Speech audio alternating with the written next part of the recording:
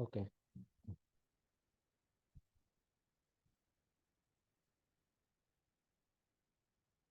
We begin with our Shanti mantra.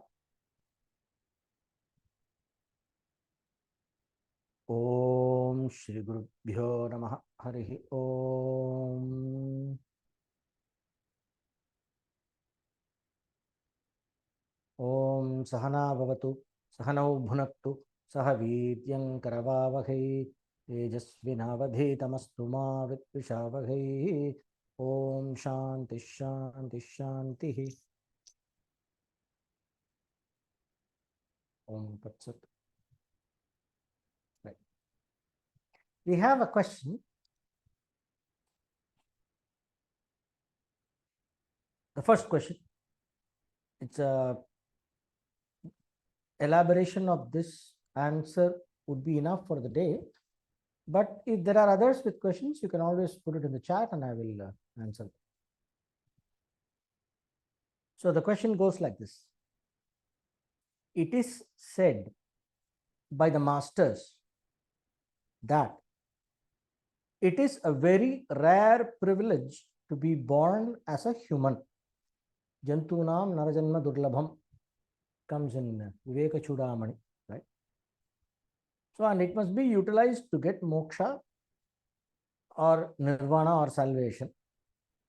Most of the people, now he comes to the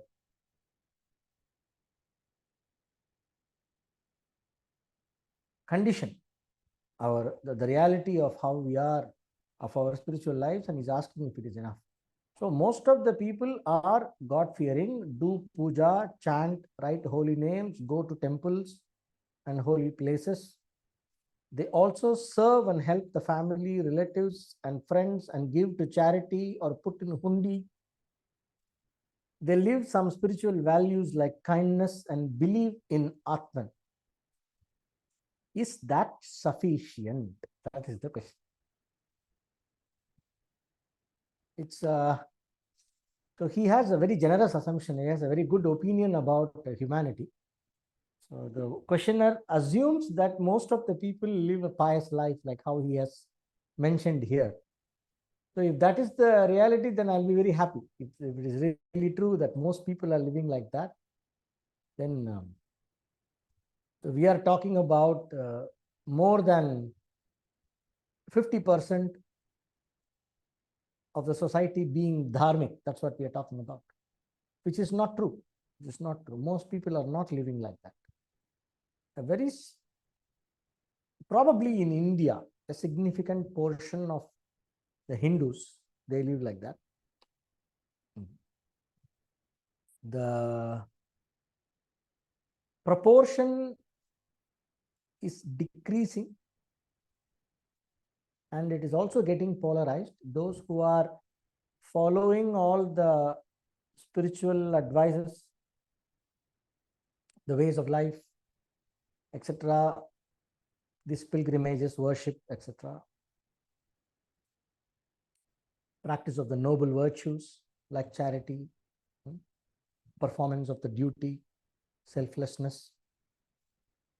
There is a minority who are becoming very intensely involved in these things and getting better. And then there is a huge chunk of the population who are completely on the other side, who are like completely rejecting it and trying to create convenient philosophies based on sentiments and emotions. It's all happening.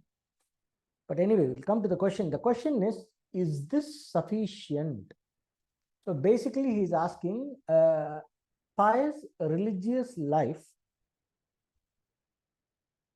with Shraddha, in the sense, believing in Atman, the word he has used. Believing in Atman means, I will take it as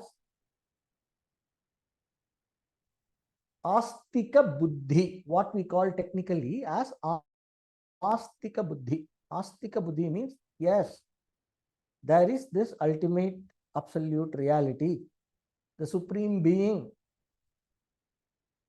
from which everything came, in which everything exists, unto which everything gets resolved in the end. and that shines as the Atman in each person. Atman means the self. It is that which animates and shines as the power of consciousness in each person, which shines as I am in everyone. So, Atman. So, the real self of each one of us, the true self of each one of us. Right? So, believing that such a thing exists. You may ask, what is this? Is it such a big deal to believe in Atman? Yes, it is. If you talk to atheists, right? So there is for example, when you have no exposure to Shastra or no Shraddha, if you are completely at the mercy of your intellect, then you have some very serious roadblocks when it comes to consciousness. There is this hard problem of consciousness, the small problem of consciousness, and all that they talk about. So you can do a web search. So the science or the scientific materialistic assumption or a hypothesis is that consciousness is the evolute of matter. Because of the organization of matter into a certain complex structure, consciousness appears as a side effect. Consciousness arises from matter. That's what they say. Basically, they don't have answer. They say, we don't know. Let us embrace the uncertainty that we don't know how things came, the ultimate origin. We are yet to find that out.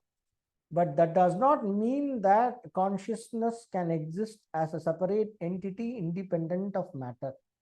There is the whole creation did not come from an intelligent being. So there is always this, the intelligent design, one school is there, all this. So all the speculations, philosophical speculations, you will be only speculating, you will not arrive at. You cannot arrive at, because the consciousness, what we experience as I am, is not an object of perception. Perception itself is because you are conscious. Because of the power of consciousness, perception takes place. So a consciousness is not the object of perception. It is like how with the eyes I see things, but the eye cannot see itself, right? So similarly, the power of consciousness is self-aware, and it has to be taken like that. And that is why we say, Shraddhavan labhate jnanam. The one who has Shraddha obtains the jnana, in the sense, that person makes oneself available for the realization of the Atma. So this, the point here I'm trying to say is, it is not, believing in Atman is already a very big thing. It cannot be taken for granted. A major portion of the world does not believe in Atman. They have no clue about Atman. They have some idea of soul. The other religion people, they have some idea of some soul. God created soul. There is only one life. Then there is afterlife. Between then earth and heaven, there is some purgatory. There are some 2-3 schools in that. There are some versions. Each religion has their own thing. There is only one life. You have to make it now. Otherwise, it is eternal hell or heaven. So like that, we have all kinds of things. If you are taking, if you are having this, even a paroksha jnana, an indirect knowledge of Atman, and you believe in that, you have Shraddha in that, it's a very big thing. It is, to arrive at this itself takes so many millions of lives to arrive at this basic Shraddha with which this person has described this lifestyle. There's the basic Shraddha in Atman, and then living a religious life,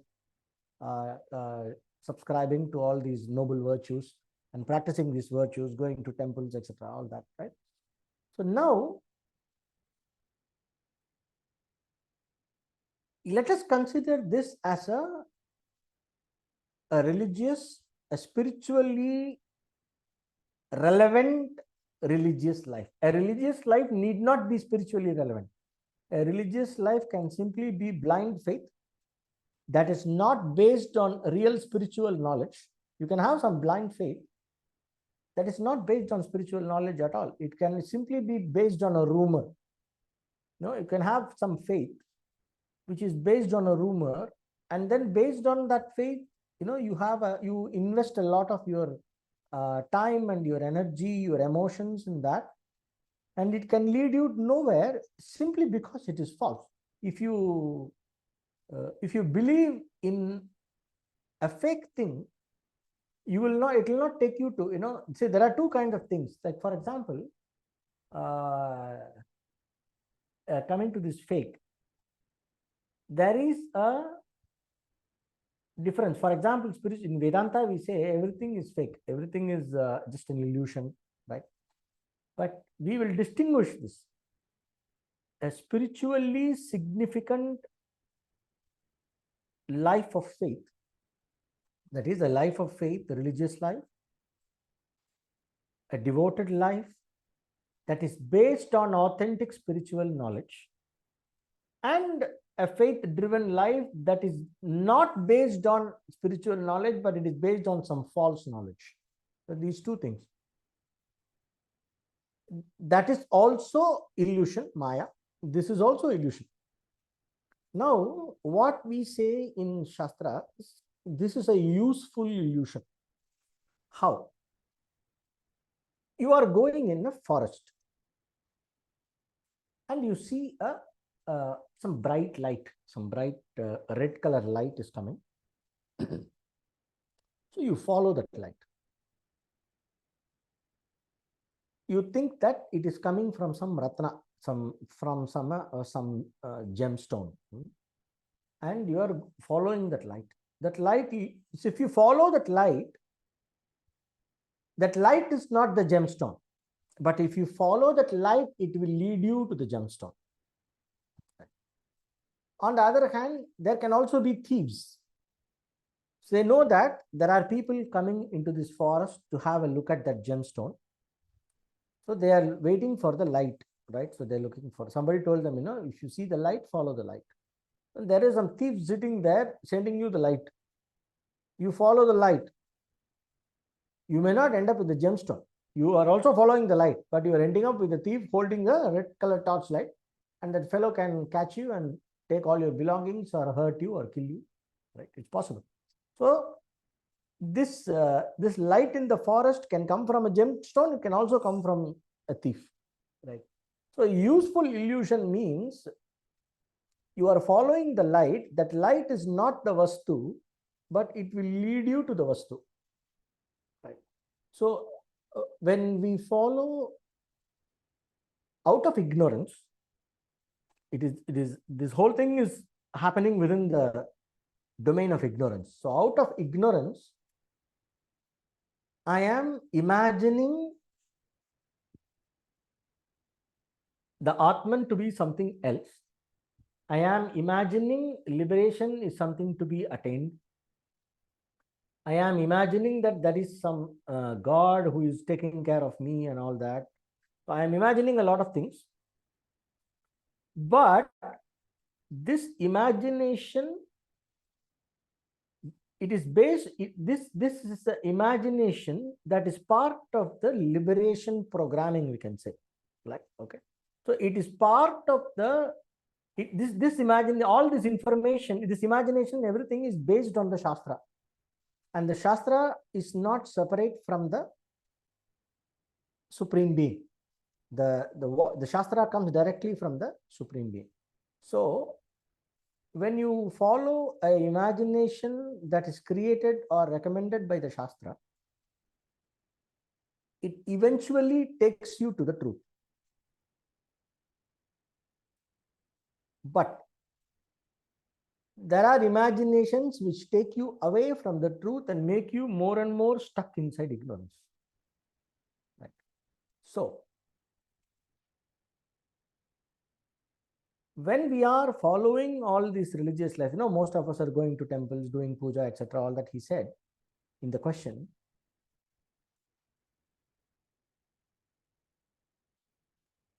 We will start with the assumption that all these activities are as recommended by the Shastra. We will start with that assumption. Because if you are going to assume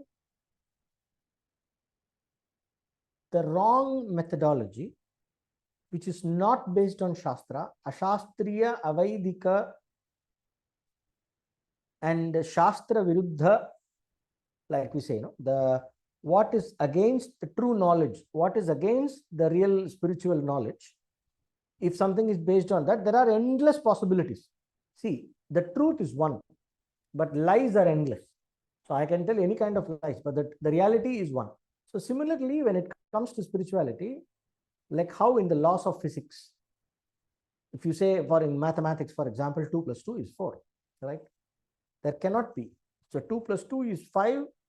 A person can be forced to say yes for 2 plus 2 is 5. But you cannot deny that knowledge. 2 plus 2 is 4. The person knows, but the person will say yes for your sake, but it will create a cognitive dissonance. That is when they know. But if you don't know anything at all, if it is completely based on, so if it is a lie, there can be any number of lies. There is no end to the number of lies, the types of lies. But when it comes to the truth, there is only one truth. That is why in in the Upanishad it said, Nanyah Pantha Vidyate Ayana, there is no way but this. Right? So the truth is only one. In any situation, regarding the knowledge of something, regarding the real true knowledge of something, there is no choice. There can be choice in the ways in which you relate to the knowledge. But for the knowledge itself, there is no choice. Correct? So a person following all this, let us assume that they are doing this religious life in alignment with the spiritual knowledge, the right kind of religious life, the right kind of spiritual life. We will start with that assumption. Okay, so they are doing this. Is this sufficient? The short answer, not sufficient. But is it essential? Yes, it is absolutely essential. It is essential, but not sufficient. So we have to understand the difference. It is something like this. How it is essential? So we have this human birth.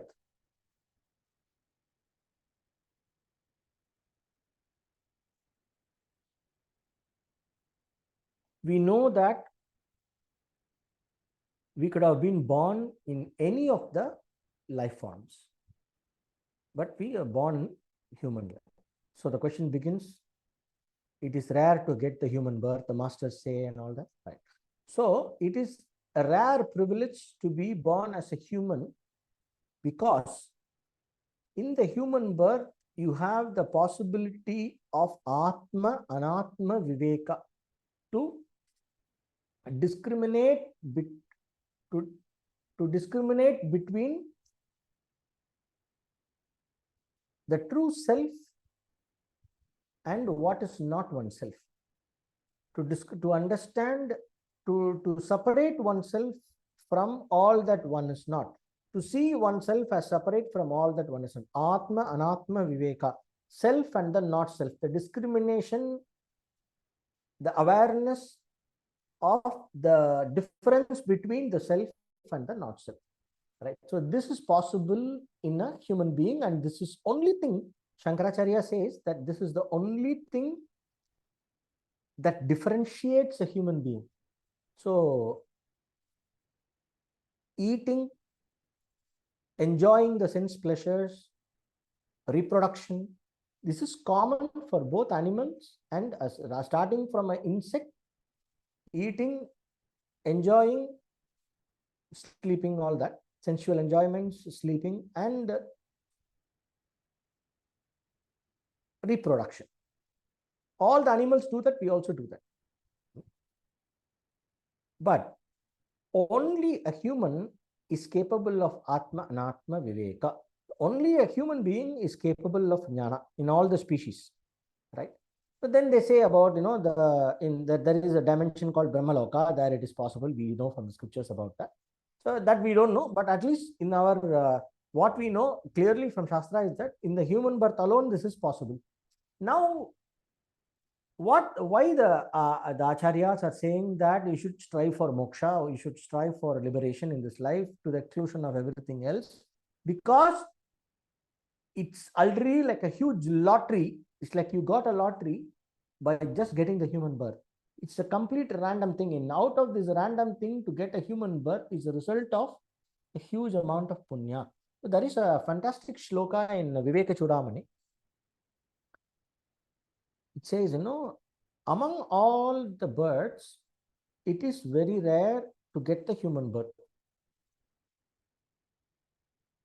And within the human birth, it is very rare and a blessing to get a male body. I'll come to that. And after having obtained the human birth and the male body, it is very, very difficult to get the knowledge of the Vedas.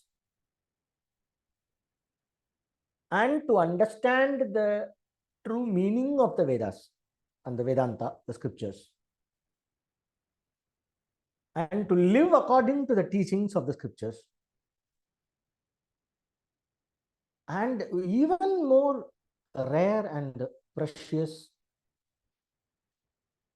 than that is to get the discrimination awakened between the self and the not self. That is becoming very clear of all that is not myself, becoming very clear and being aware of, being awakened to the reality of anitya and mithya. That is being awakened to the reality of the falsehood of our phenomenal existence and being awakened to the falsehood of your individuality. Atma Anatma Viveka means what I usually take for granted as me, I very clearly see is not me, it's only an appearance. This is Anatmatva Nishchaya, Mithyatva Nishchaya. That is, I become very clear about what is being taken for granted as me is not me. I am something different from this. Then to know what I actually am, I go to a master. I go in search of the master who can teach them. But then it says, Manushyatvam, which means that puts all this together. Mumukshutvam, then I want to seek what is eternal. I am tired of all the limited time-bound achievements. I am tired of all the struggle. I want a permanent solution for samsara. I want a permanent solution for all my struggles.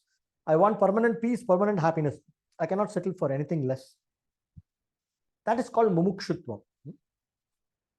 And Mahapurusha Shamshrayaha, the one who has realized this eternal reality about one, the one who is self-realized and who also knows how to teach you to come under the protection and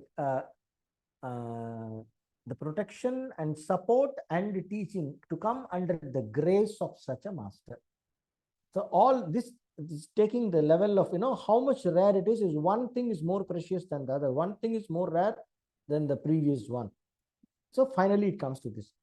These three things, the human birth, the righteous human birth with all the religious and religious life based on the right spiritual knowledge. Then the desire for liberation. The desire for liberation. And coming in front of the right teacher and the teaching, and coming under the grace of the lineage of the parampara of the masters, and to come under the grace of a living, there are some words I cannot use because those words have been hijacked. Coming under the grace of a Mahapurusha means a great person, a great master, right? To coming under the grace of a Jnana Guru. So this is very rare. Right? Now, how does one end up here? What makes you to come to this, the rarest of the rare possibilities? How does that possibility manifest for an individual? this possibility manifests by living this religious, the right, the correct kind of a spiritual life, a life dedicated to the spiritual principles that govern life, the life that is dedicated to the fundamental spiritual truths that governs life from behind the scenes, the life that is dedicated to the divine, the life that is in tune with the divine, with the help of the Shra. With such a life, when you keep living that life, life after life, janma after janma after janma of living such a righteous, religious, spiritual life, one ends up here with the desire for moksha. This question itself, is it, the masters can say, as a person can tell so many things, the masters have said so many things, but somehow, suddenly this question of moksha, one should strive for moksha. You hear that in a discourse. So that statement, why should it make some sense for me? Why should it evoke an interest in me? Or somehow, I'm relating to that.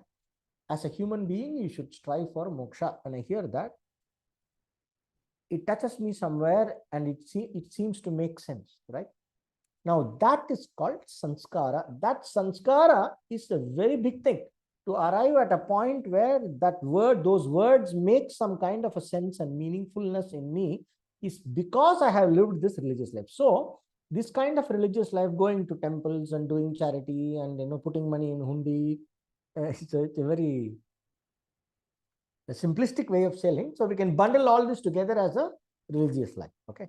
So, living a religious life in devotion to the divine, according to the proper method, even if it is not according to the proper method, eventually trying to learn and do it according to the proper method, a dharmic life, when a person lives that, it does something to the mind. So, what does it do to the mind? It does something called chitta shuddhi, the purity of the mind. Now, what do you mean by purity of the mind? So, the mind is the in-between, right? Between you, the conscious being, the self, the conscious being, and the various objects. The in-between conduit is the mind. So the mind is not conscious, self-conscious, but it acts like an intelligent being because of the power of consciousness that animates the mind. It's like a mind is like a crystal. The crystal does not have its own light, but the crystal can shine very bright if I pass a light through the crystal. I pass a light through, the light source is not in the crystal, the light source is elsewhere, but the crystal shines bright. Because the light passes through the crystal has the capacity to shine. But the same light, if I shine it on a piece of rock or a blob of clay, it is not going to shine like the crystal. It is only the crystal that can shine. Some rock, some random rock or a brick cannot shine. So similarly, the consciousness cannot make the body behave intelligently. Consciousness can make only the mind behave intelligently, right? So what is it that makes the mind capable of shining as a conscious entity? What it is like asking, what is it that makes the crystal reflect or refract the light through it, carry the light within it? What makes the crystal? The same way, the question is, what makes the mind be animated as a conscious entity? It is because of the quality called sattva. So everything around us, the body, this, the things, your computer, whatever you are experiencing is made of sattva, rajas, tamas, the three modes in Prakriti. So this is what we learn from Shastra. It doesn't matter. You cannot, you don't have to worry about, this is useful information, categories. Let us consider it like a theory. It is a theory with which you can understand, a frame of understanding with which you can interpret your experiences. And based on that, if you make decisions, you will get the results. Okay. So the mind is sattva. So this is triguna, let's call it as a three gunas theory. Okay. The sattva guna, the mind is the result of the five elements. So it is whatever you experience is only sattva, rajas, tamas, and the five elements: akasha, vayu, agni, apaha, prithvi. So the five elements and the three gunas. Other than this, there is nothing in any dimension. No matter which dimension you go, no matter you go to hell or heaven or earth or anywhere in the earth, to any other parallel universe, whatever you may think of, you will not find anything other than the Panchabhutas and the three gunas. Right. So, out of the three gunas, the mind is made of sattva guna. Right. Sattva guna symbolizes knowledge, light, and everything. So, mind by very nature is luminous. Mind by very nature is capable of reflecting the truth, provided the mind is as it was formed. If the mind is in its original nature of pure sattva. But what happens? Because of the power of ignorance, which is tamas, and the power of multiplicity, which is rajas, multiplicity and activity, passion and all that. Because of the other two forces, tamas and rajas, when they start asserting their qualities in the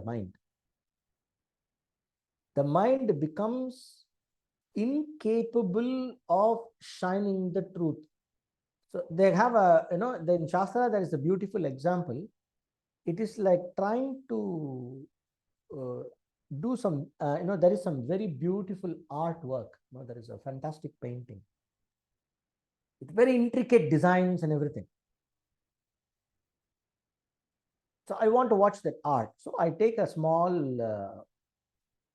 candle light nearby and I'm trying to watch it. But what happens? There is a lot of breeze.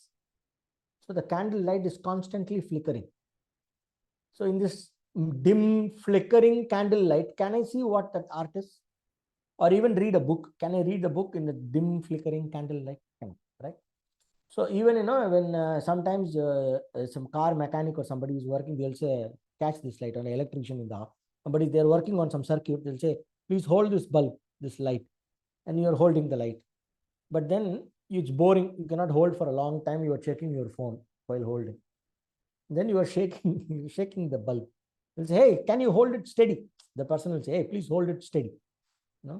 So we can always see this happening. There's an electrician or a mechanic comes, he comes with one assistant. The assistant is a little boy. He's learning the art, but he's restless. He's constantly checking his phone. So he will shout at him for not holding the light straight. So when the light is shaky and not bright, or if something is obstructing the light, correct perception of reality cannot take place. You are seeing something, but you are not seeing the thing, right? So that is why we experience the self. I know I am here. I experience myself, but I don't realize or live the true nature of myself. I experience myself as it is presented in combination with all the limitations that are around in the context. So the experience of the self is overshadowed by ignorance and confusion, what is called as avarana and vikshepa. So I am experiencing myself. There is light in the mind, but this light is very dim and very flickering. So because of that, I don't experience my true nature. I think I experience myself as the body. I experience myself as the emotion. I see myself as the short, tall, fat, thin, etc.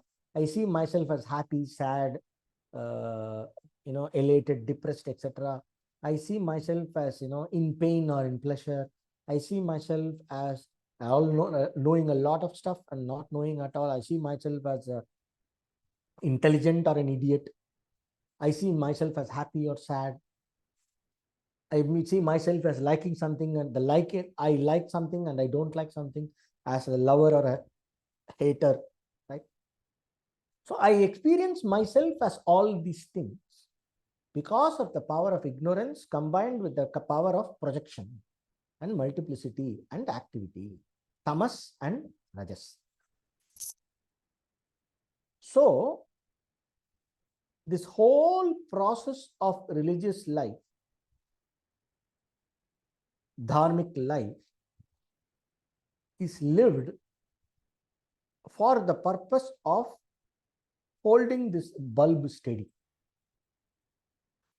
It is like the main mechanic is telling the assistant mechanic, hey, hold the bulb steady, right? So like that, the Shastra tells you, don't live according to only your preferences, likes and dislikes. Do what needs to be done. Let the result not be the motivation, and all that. All these teachings of the Shastra, all the religious life, it puts you in a context. It helps us to deal with all the confusion, and it helps us to bring down the confusion, and it helps us to gather enough energy, enough psychic energy to enable us to attack the fundamental ignorance directly. Now, I cannot touch the ignorance, but I can steady the mind. I am in the ignorance, but I can ready myself to confront the ignorance. I can ready myself to the point where when the teaching happens, the ignorance, when the teaching happens, when I come in front of the truth, the mind is ready for comprehending the truth. The mind is completely available for the truth. And then the teaching can remove the ignorance. So to the point of readiness, all to bringing us to the point of bringing the mind by minimizing the rajas and tamas, and bringing the mind to the point where the mind is ready to confront the ignorance, the fundamental ignorance, through the teaching. To bring to this point, this way of life is essential. But here, one main point is missing. The main point that is missing, 2 points are missing. One is the study of Shastra. That is, trying to understand what are the spiritual principles that govern this religious life. Trying to understand how the whole thing works and how it is constructed. What is the structure of myself? What is the true nature of this world? What is the relationship between me and world and God? So all this basic understanding, it gives you a framework for working in the right direction. So that study of Shastra has to be added to this list. Then it is sufficient. Provided, after a certain point of living a disciplined religious spiritual life, I come to a point where I am ready to deal with the mind directly. So I create the conditions for me to work with the mind. A normal person with absolutely no experience, with absolutely no sattva, or with a normal person with absolutely no discrimination, who is simply following the instinct, a very instinctive person, and that person lives a dharmic life, comes to a point where the person is able to deal with the mind at its source. The person comes to a point where he can deal with the mind directly. For this, I'll give a very interesting example. The other day, I was walking on the road, and there were these laser lights on the road. In some shop, they had something, and there were a lot of lights moving around on the. It's very fascinating to see. Then I remembered about this thing they do with the cats. There is this laser pointer. They play with the cats. I've seen some videos. Somebody's putting the laser pointer on the floor, that red color light. You move that, red color, green color, whatever. You move that, the cat gets very excited. It's bright and it's moving. So its instinct, the hunting instinct comes up and tries to catch that, goes and runs around that. So you take this laser pointer and make the cat run around for some time. So the cat is entertained, it is playing. Right? The cat is very excited to catch it. The cat will never catch the laser pointer. You put the paw on that bright point, the light will shine on top of its spot. You keep on putting, the light is again on top. And you cannot control the movement. It cannot catch the light. Why it cannot catch the light? Because the light that is moving on the floor is the effect. Where is the source? What is the cause? The cause is this owner of the cat who is moving the laser pointer. So the laser pointer is the cause. The light on the floor is the effect. But the poor cat, being a cat, it is very keen on influencing the effect. It is very keen on having a influence over the effect without the understanding and knowledge of the cause. Right? This is exactly what we do with life. Every time we want to control the external world, we will end up as a failure, because the external world and what we perceive is the effect of so many things that are coming from inside, which is the cause. So, when will I be ready to deal with the cause? I'll tell you from the same cat story. I saw a meme. No, nowadays these memes are very educative sometimes. So I saw a meme. There are two cats. No, like in that Upanishad, they say, no, there are two birds. One bird is busy eating all the fruits. Then there is another bird on top, which is just sitting there and watching everything. No, this bird is the pure Atman, and then this bird which is going everywhere is basically the Jiva, and then slowly it comes up and it becomes, when it stops going behind the fruits, it comes up and then becomes one with the Atman. You have the story in Upanishad.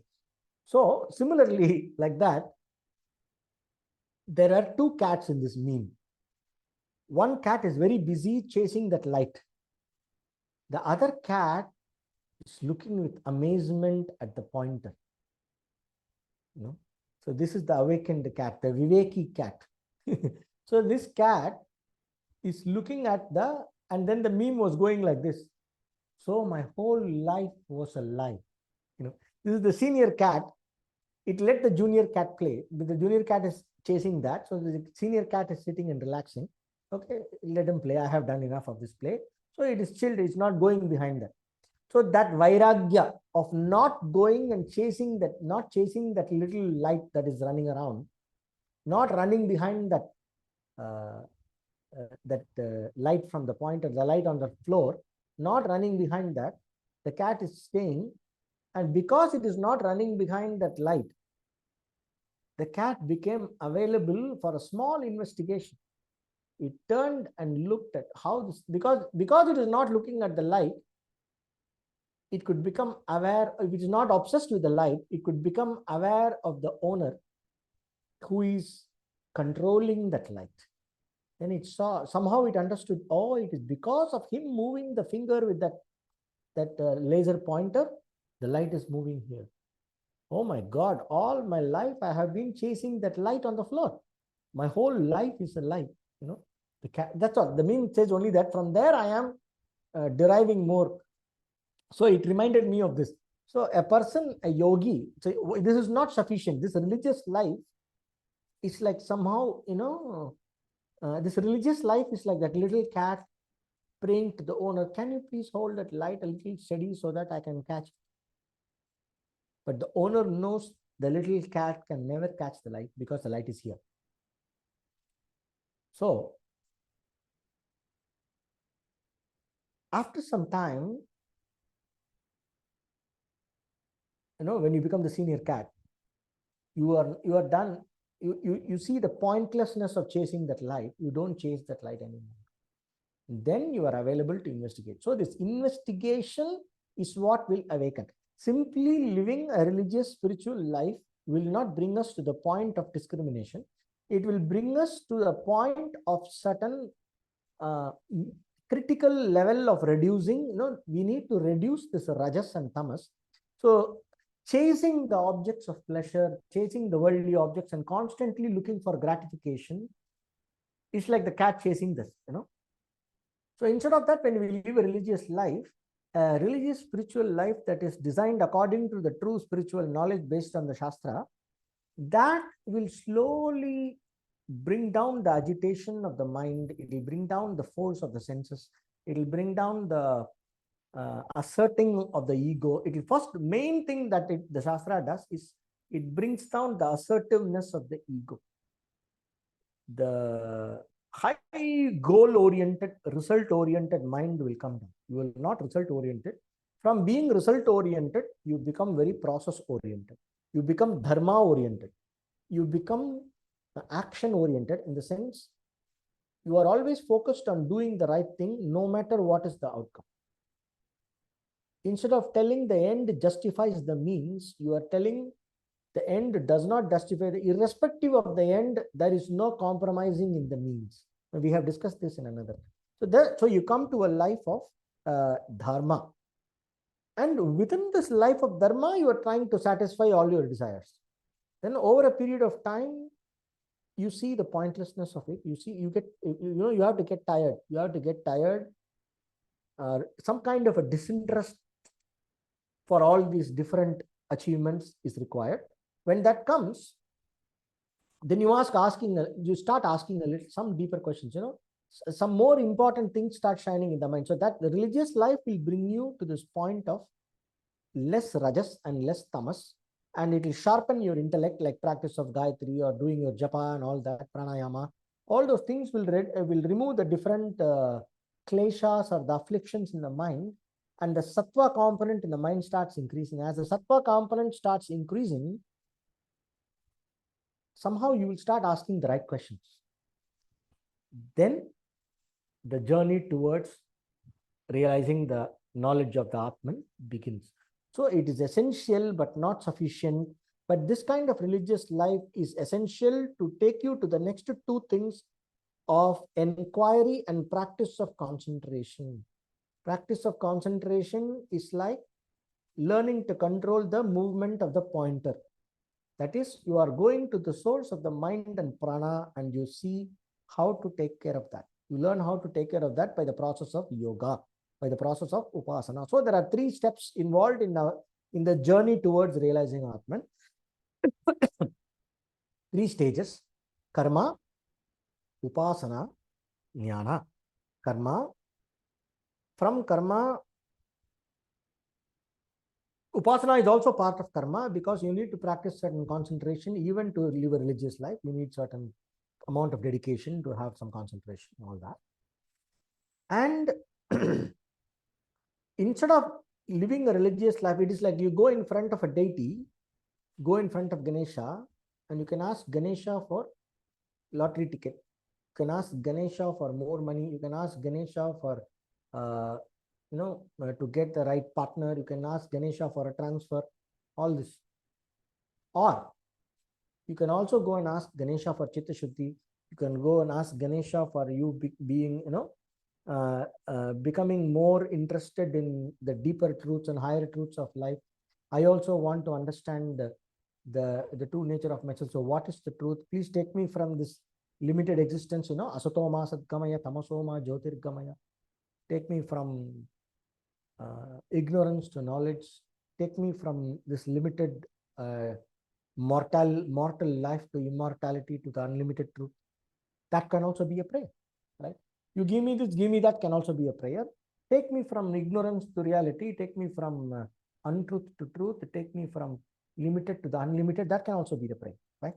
So from a dharmic life of doing karma, all the religious stuff, you can shift your goal. The same dharmic life can be the context for you to achieve your selfish, personal, individual goals, outside goals that are time bound. And then after some time, you see some fundamental problem that as you are pursuing your desires according to dharma, slowly, the grip of the desires will will loosen up, and they will lose the objects of desire will lose their grip on you, and slowly you will become available for the right teaching. And somehow the grace, because you have lived a religious life, the grace will take you to the point where you will get to know about nivritti, and that's where you get the teaching of yoga, where instead of simply living a dharmic life, you start living the dharmic life according to the yogic attitude, where karma, from karma you evolve to karma yoga. And then while living in the life of karma yoga, you are also practicing upasana or concentration of the mind and learning to handle the mind, pranayama, dhyana, japa, etc. And having done that for a certain time, and along with that, you are also studying and trying to understand the basic spiritual principles involved by study of Shastra. That is why in Patanjali Yoga Sutra, it says tapas swadhyaya ishvara pranidhana. Tapasya, learning to deal with the mind. Swadhyaya, study to understand what is going on. So what is what? Study of the scriptures. And the practice of devotion to the Lord, basically the religious life and practice of devotion, which also contains our ego, right?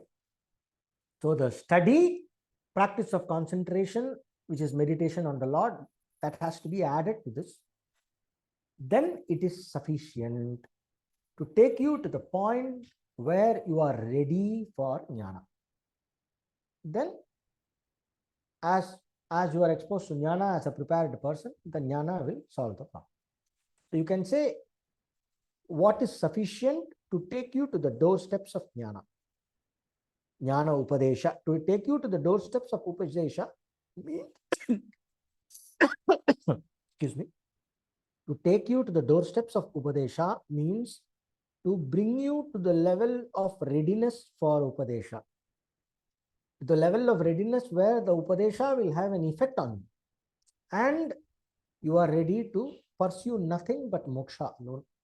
So from a dharmic person, you become a arti or artharthi, you become a mumukshu, and then you become a jigyasu, the one who desires the truth and nothing but the truth. And then because of the teaching and because of your surrender to the words of the teaching, you will realize the Atman. So this is the progression. So a religious life is essential to bring you to this point. It is, you cannot arrive at this without going through a spiritually motivated or a spiritually tuned religious or a devotionally tuned life. Without that, you cannot arrive at this.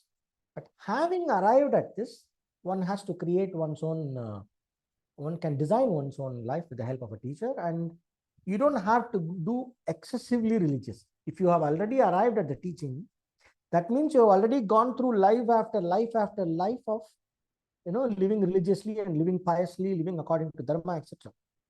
So right now I will say that having arrived at the doorsteps of the teaching, having arrived at this point of where you are asking questions about Atman, it is important to shift. It is important to shift more for practice of concentration, japa, and study predominantly, and be less and less involved in the ritualistic religious life, and shift your involvement more into a meditative yogic spiritual life, which is accompanied by proper study and reflection. So it is something like vanaprastha. And if the karma allows you, one can take to a complete renunciant lifestyle. Sorry.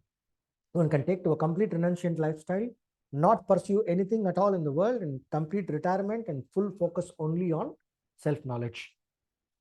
If the prarabdha allows it, if the karma allows it, if there is enough grace for that, then yes, one can contemplate on that and see how that is possible.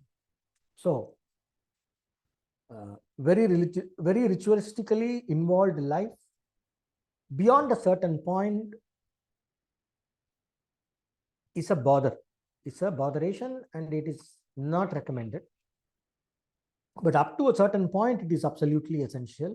Where one is and what will be the right combination of ritualistic discipline, meditative yogic discipline, and study. What will be the combination? That each person, one has to decide with the help of their guide, their teacher, and can arrive at the right combination for each one of us. Yeah. So I will stop with this. If there is any other question, I can quickly address it, or we will conclude the class. So I don't see any question here. We'll Very good, sir. Thank you very much. Lot of clarity.